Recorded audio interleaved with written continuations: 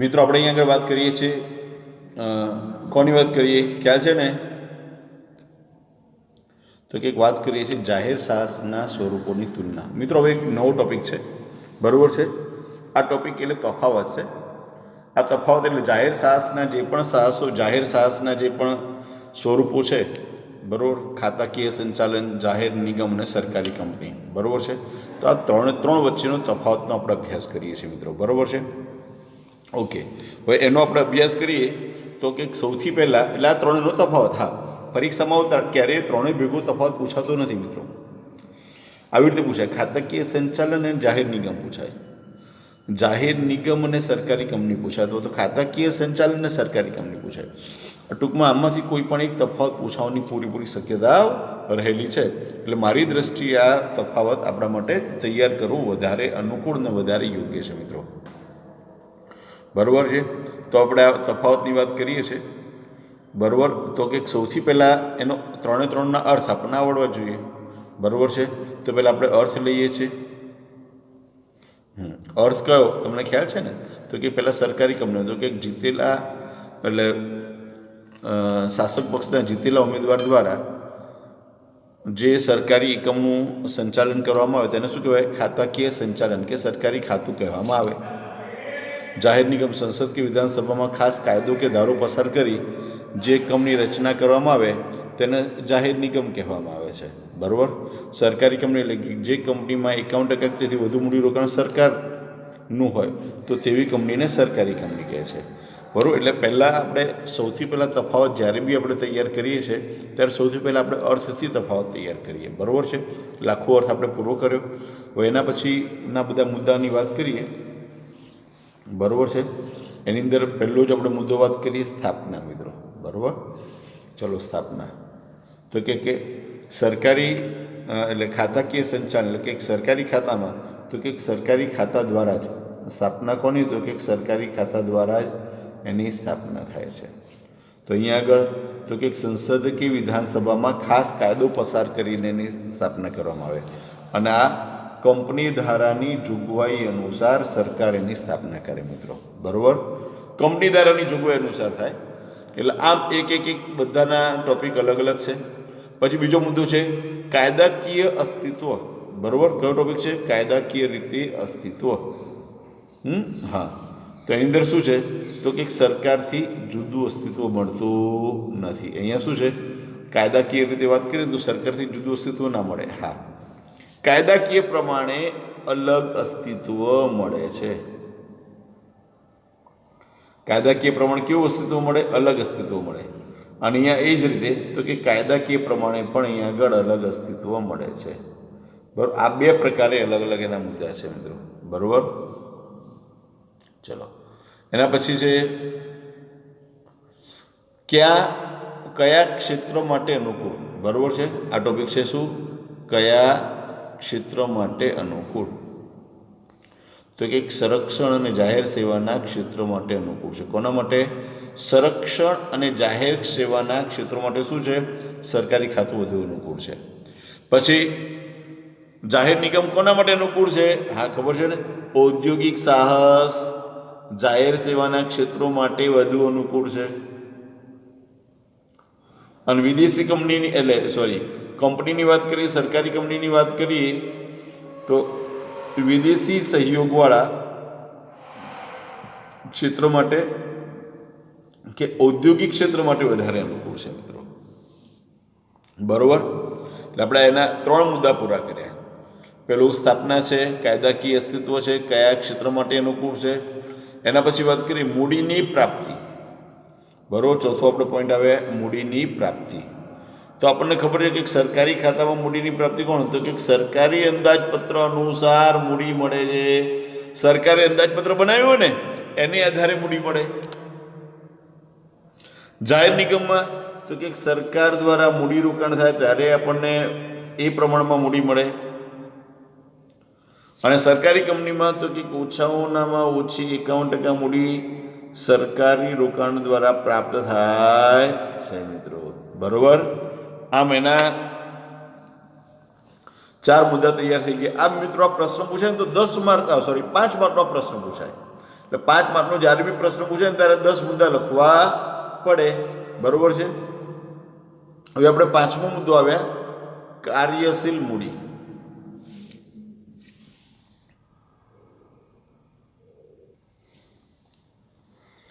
એમાં સરકારી અંદાજપત્રની જોગવાઈ અનુસાર મળે. કાર્યશીલ મૂડી છે ને મિત્રો, સરકારી અંદાજપત્રની જે જોગવાઈ હોય ને એને આધારે મળે. જેટલા પ્રમાણમાં જોગવાઈ કરી હોય એ પ્રમાણે એમાં મળે. તો અહીંયા આગળ જરૂરિયાત મુજબ જોગવાઈ જાતે જ કરવાની હોય છે. જાહેર નિગમમાં કેવું, જરૂરિયાત જેટલી હોય ને એ પ્રમાણે આપણે જોગવાઈ કરવાની હોય, એને જાતે જ કરવાની હોય. અને એના પછી વાત કરીએ તો કે જરૂરિયાત મુજબ જાતની જોગવાઈ કરવાની. આમાં પણ જાહેર નિગમમાં પણ જરૂરિયાત મુજબ અને સરકારી કંપનીમાં પણ આપણી જે જરૂરિયાત હોય એ પ્રમાણે, જે પ્રમાણે જોઈએ એ પ્રમાણે આપણે મૂડી મેળવવાની હોય છે મિત્રો, બરોબર છે. ઓકે, એના પછી હવે જવાબદારી. યસ રાઈટ, જવાબદારી. હવે અહીંયા આગળ પ્રશ્ન આવે કે જવાબદારી કોની હોય, તો કે સરકારી ખાતામાં જવાબદારી સંબંધિત પ્રધાનની જવાબદારી હોય. સરકારી ખાતાના જે પ્રધાન હોય ને, માનો કે શિક્ષણ ખાતું, શિક્ષણ ખાતાના જે પ્રધાન છે તો શિક્ષણ ખાતાના પ્રધાનની જવાબદારી શિક્ષણ ખાતાની હોય. એટલે સંબંધિત પ્રધાન હોય એના માટે જવાબદાર હોય છે.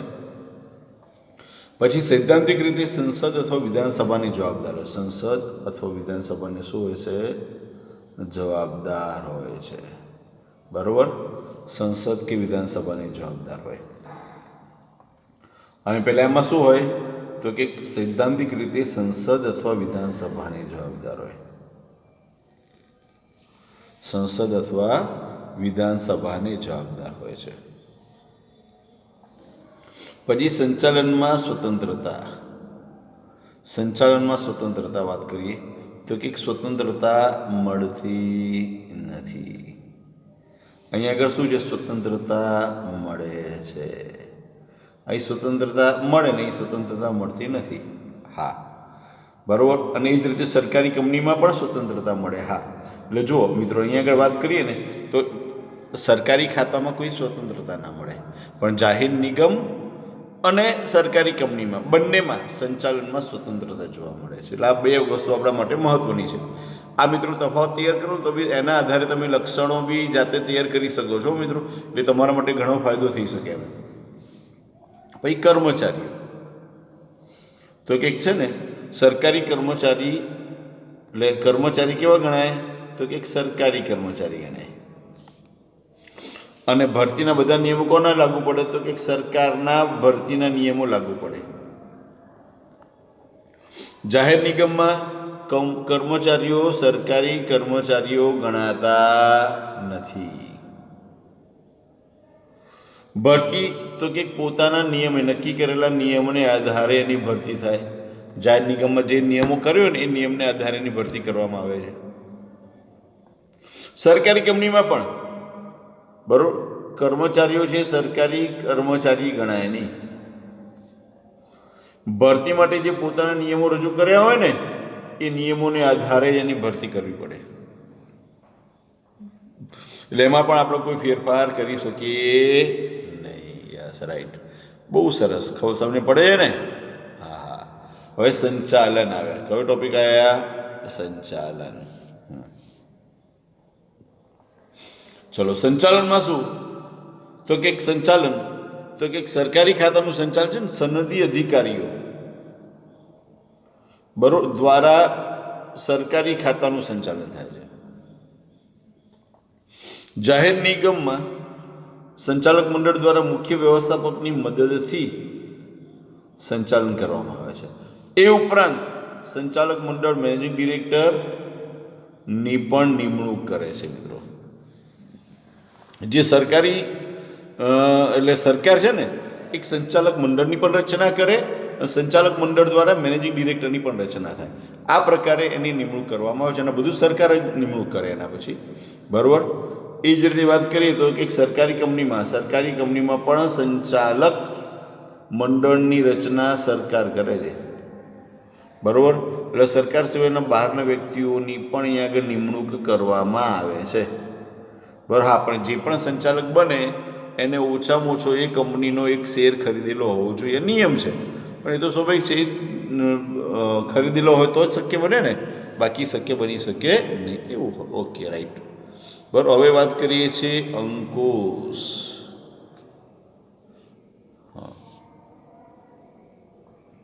સરકારી ખાતામાં પ્રધાનનો સીધો અંકુશ હોય છે.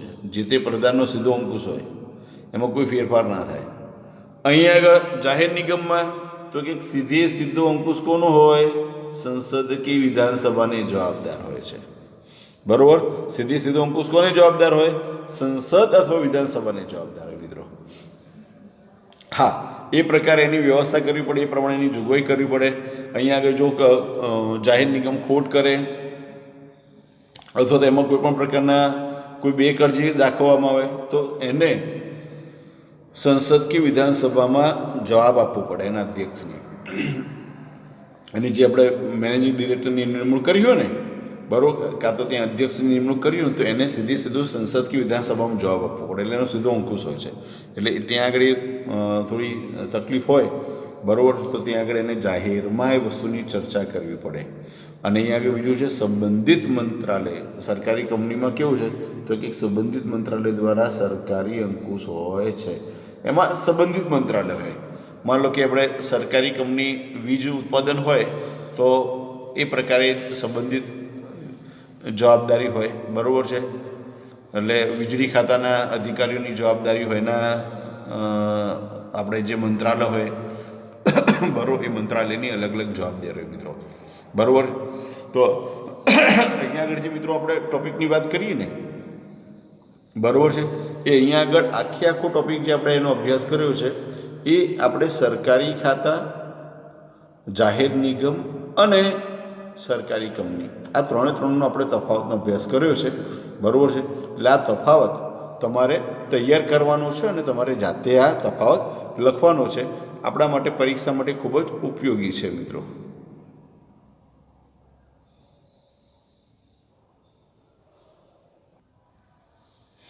ઓકે મિત્રો, હવે એ તફાવત પછી છે ને મિત્રો એક નાનો ટોપિક છે, એકદમ નાનો ટોપિક, કે જાહેર ક્ષેત્રની બદલાતી જતી ભૂમિકા.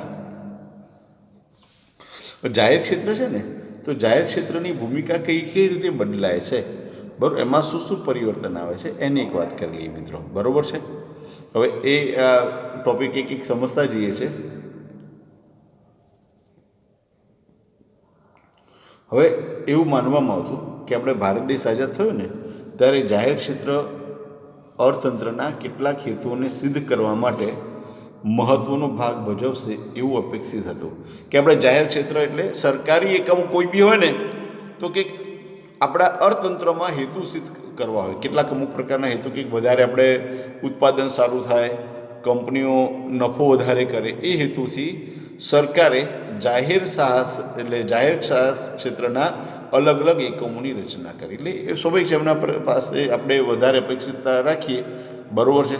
પરંતુ અર્થતંત્રના વિકાસમાં છે ને બહુ ફેર પડી શક્યો નહીં. એટલે એવું કહી શકાય કે છે ને માળખાગત સુવિધાઓનું સર્જન અને ચાવીરૂપ ઉદ્યોગોનો વિકાસ કરશે એવી આપણી સરકારની માન્યતા હતી, બરાબર. ખાનગી ક્ષેત્ર જ્યારે અપેક્ષિત વળતર ન મળે ત્યાં મોટું મૂડીરોકાણ કરવા પણ તૈયાર ન હતું. હવે માન લો કે રેલવે છે, એ સમયમાં રેલવે સરકાર સિવાય કોઈ તૈયાર જ નહોતું. વધુ મૂડીરોકાણ તૈયાર કર્યા પછી એને વળતર સ્વરૂપે શું મળે, બરાબર છે. વીજળી ઉત્પાદન કરતી ઘણી કંપનીઓ છે, તો એ બધી જ કંપનીઓ સરકાર દ્વારા શરૂ કરવામાં આવેલી. વળતર તો મળવું જોઈએ ને. અને ભારત દેશ આઝાદ થયો ને ત્યારે આપણે વેડે ગણી શકીએ ને મિત્રો, એટલા જ ઉદ્યોગપતિઓ હતા. અને એમ એક જ નામ મોટું, ટાટા, પછી હવે બિરલા, આ બે જ મોટા નામ, બીજા કોઈ જ નામ નહીં નતા.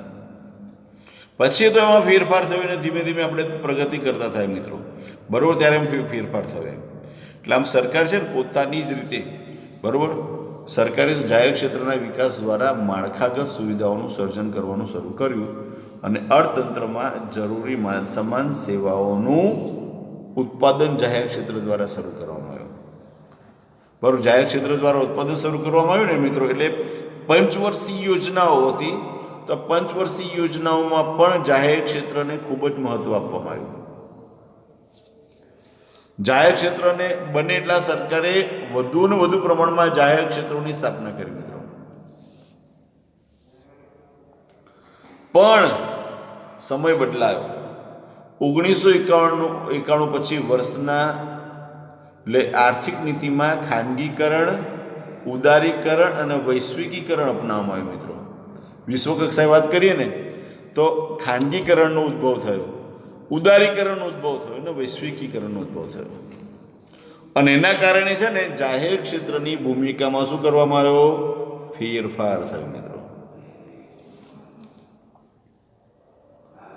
હવે ખાનગી ક્ષેત્ર સાથે છે ને જાહેર કંપની સીધી હરીફાઈમાં ઉતરવા લાગી.